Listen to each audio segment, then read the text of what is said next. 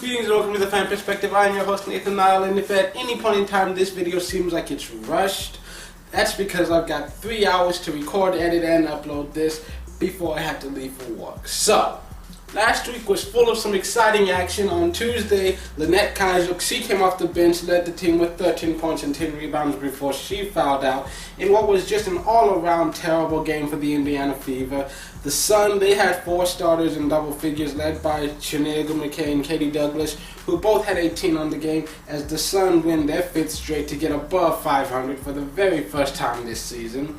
And then later the day, the Sparks had 3 players scoring double figures, led by 18 points from Alana Beard, but they just had no answer from Maya Moore, who led the team with 31 points and 4 steals to snap the Lynx 2-game losing streak. Then on Wednesday, you had McCoughtry looking like herself again. She led the team with 27 points, 4 assists, 3 steals. The Dream win their 5th straight. Pondexter and Charles both had huge games. Pondexter had 29 points, Charles had 25. But the Sky played well. They had 5 players in double figures. Young had a double-double. Breland scored 22 points. Prince had the game-high 30 points. And the Sky, they finally end their losing streak. And then Maya Moore, she had 36 points. Her 2nd game in a row with 30-plus points. 5th of the season. No, 6th of the season. And she also led the team in 5 steals. But the Mercury had 4 players in double figures, including double-doubles from Grinder, who led the team with 27 points and 18 rebounds, and Tarasi, who had 22 points, 10 rebounds, and 6 assists, as the Mercury, they win this game and take 1st place in the Western Conference. Then on Thursday, you had 2 exciting games. Sue Bird, she looks back to her old self again, leading the team with 23 points and 9 assists. Camille Little, she almost had a double-double as well, 20 points, 9 rebounds. But the game went into overtime where the Silver Stars took control. Danielle Robinson finished the game with 20 points and 8 assists. Jane Appel had a double-double and the Stars pulled out a win. And then you finished the week with the Shock versus the Sparks. Both of these teams came in on 4-game streaks. The Shock have won 4 straight, while the Sparks had lost 4 straight, which is incredibly uncharacteristic of them. And Glory Johnson, she had a double-double, leading her team with 22 points, 10 rebounds. Candace Parker, she led her team with 24 points and 6 assists. Jontel Lavender contributed a double-double, 18 points, 13 rebounds, as both of these teams end their streaks.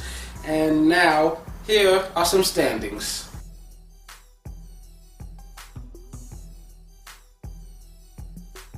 A couple of announcements. First of all, Ruth Riley has announced that she's officially retiring after 13 years in the league. Secondly, a few milestones to pay attention to.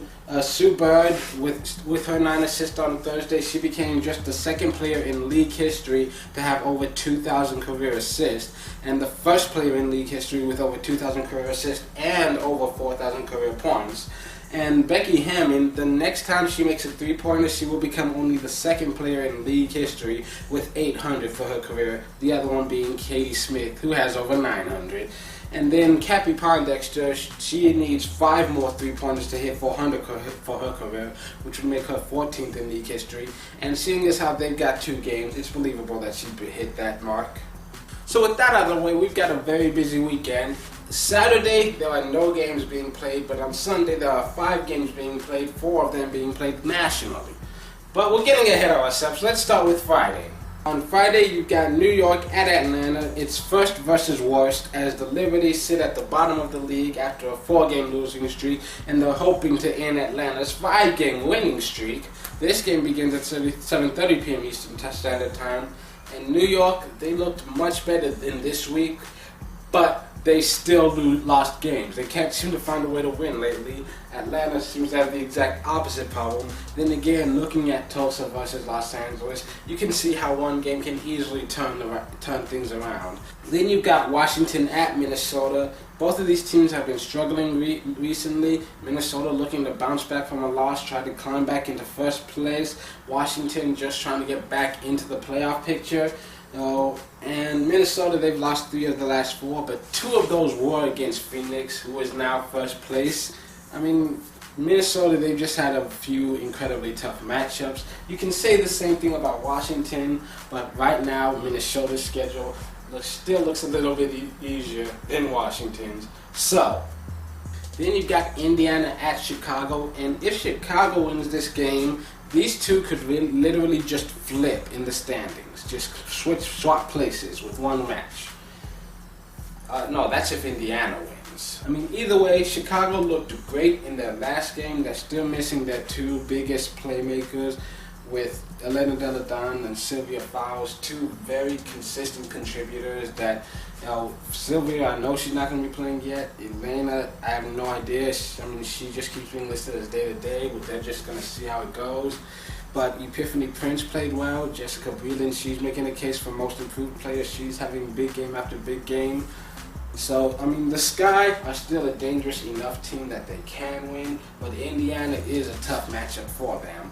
Although I still don't know if Tamika Catchings is ever actually going to play this season. So, Indiana is definitely a much better team with her on the floor as well. It's just hard to say. Then you got Tulsa at Phoenix, and if the playoffs started right now, this would be a first-round matchup. And these have been very one-sided affairs so far, and they've played each other twice, and the home team wins every game by 20 points. And this Tulsa, it's Phoenix's biggest loss of the season, and it's also Phoenix's biggest win of the season.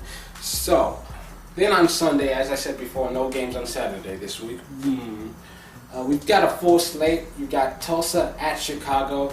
Skylar Diggins and the Shock are going on to take on Epiphany Prince in the Sky. This game is going to be on ESPN2 at 1 p.m. Eastern Standard Time. And then, it's hard to say where Chicago will be at by this time, but Tulsa, they've been playing well lately. Despite their recent loss, they still look good so far. I think they might bounce back pretty quickly, whereas Chicago, health is their only real issue right now. That's the only thing that concerns me. Then you've got Atlanta at New York, and if you've ever seen this show, you know exactly how I feel about this. So we're just going to skip this and move on to San Antonio at Los Angeles. The Sparks have finally gotten the win, and they look to keep their streak alive. This game will air on NBA TV at 3:30 p.m. Eastern Standard Time. And, well, so far this has been fun to watch. The home team has won every matchup by at least 20 points when these two teams face. So that doesn't bode well. Not for me. I'm a Sparks fan. No, I'm a Stars fan. I keep getting them confused. It's early in the morning. I'm hungry and I'm in a rush. It's been a long week. I'm sorry, guys. I'm not at my best. It's been a long week. I got overtime, which is good because money, but it's bad because I'm tired. And I gotta poop right now, which you didn't need to know. I'm gonna edit that out. Then you got Indiana at Minnesota, and it's their first time playing each other this season, so it's hard to say how it'll turn out. So just check it out if you get the chance. It should be fun.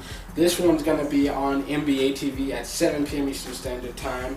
And then you've got Washington at Seattle. The Storm, they won the first game of the season playing against the Mystics, and the Storm, they're looking better now than they did earlier in the year, whereas the Mystics, they look a little bit worse than they did at the beginning of the year. Well, that's it for this edition of WNBA Weekly. This has been the Fan Perspective. I'm your host, Nathan Lyle, and I'm sorry if this was an unsatisfactory video compared to my normal standards. And if it's better than my normal standards, and I'm sorry because I'm probably never going to have another day like this again. At least I would hope that I don't. Anyways, have a good weekend. Enjoy the games.